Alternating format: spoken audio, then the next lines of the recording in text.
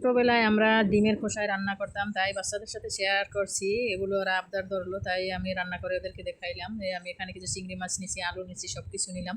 আর ডিমের খোসাগুলো আমি সুন্দরভাবে ধুয়ে নিলাম। এখানে সরিষার তেল দিয়ে আমি চুলায় বসিয়ে দিলাম একটা স্ট্যান্ডে। এখানে একটা একটা করে আমি চিংড়ি মাছ দিয়ে দিব। কিছু চিংড়ি মাছ নিছি, ওই চিংড়ি মাছগুলো এখানে দিয়ে দিব।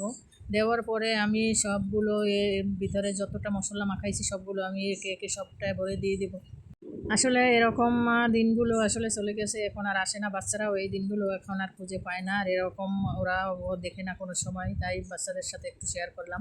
আসলে মাঝে মাঝে এভাবে যদি বাচ্চাদের সাথে একটু আগের দিনের সব কিছু শেয়ার করেন, ওরা কিছু শেখে, কিছু বোঝে। এই দেখেন আমি সবগুলো দিয়ে একটু পানি দিয়ে দিলাম, পানি না দিলে আসলে পুড়ে যাবে, এই কারণে আমি পানি দিয়ে দিলাম। সরিষার তেল দিয়ে দিছি।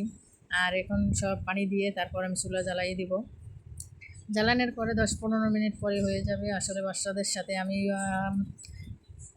পিছনের কথাগুলো আমি শেয়ার করি মাঝে মাঝে, আবার ওদেরকে রান্না করেও দেখাই আমরা যা যা করছি। আসলে ডিমের খোসায় রান্না করতাম, তারপর আমরা তেঁতুলের খোসায় রান্না করতাম। দেখেন এই ডিমের খোসার রেসিপিটা কেমন হয়েছে, আপনাদের সাথে পুরোটা শেয়ার করব, পুরো ভিডিওটা দেখবেন।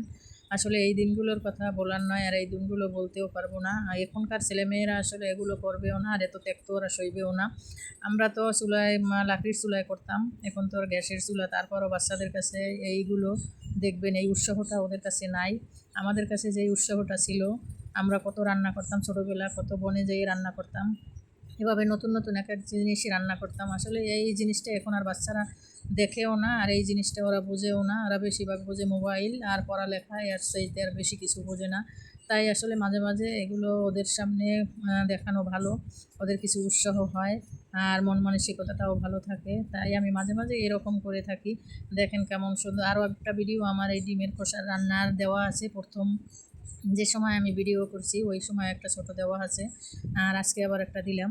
আসলে কেমন হয়েছে এই রান্নাটা যা কমেন্ট করে জানাবেন। পুরো ভিডিওটা আশা করি আপনারা দেখবেন, ভালো লাগবে। আপনাদের বাচ্চাদের সাথে এরকম শেয়ার করবেন, দেখবেন বাচ্চারা একটু আনন্দ পাবে, কত খুশি হইবে। আসলে এখনকার এমন জায়গা নাই যে বাচ্চারা একটু খেলাধুলা করবে বা সুন্দর একটি জিনিস ওরা উপভোগ করবে। এই জিনিসটা আসলে পাওয়া যায় না, গ্রামে আছে কিনা জানি না, তারপর আমরা শহরে থাকি, এই জিনিসটা একটু কম পাওয়া যায়। তাই বাচ্চাদের সাথে শেয়ার করলাম, কেমন হয়েছে কমেন্ট করে জানাবেন। আসলে পিছনের দিনগুলো তো ফিরে যেতে পারবো না, তাই পিছনের দিনগুলো অনেক মিস করি। এমন একটা সময় আসবে এই পিছনের দিনগুলো আসলে বলার খোঁজ থাকবে না, আর এমনকি এই গল্পগুলো হয়তো মনেও থাকবে না। তাই গল্পগুলো আসলে মনে করি আর ভালো লাগে। এই দিনগুলো অনেক সময় সবাই ভালো মন্দ বুঝিয়ে দেয়, যে কোথায় ছিলাম, কোথায় থেকে কোথায় আসলাম। এই দিনগুলোকে আসলে সবাই স্মরণ করবেন।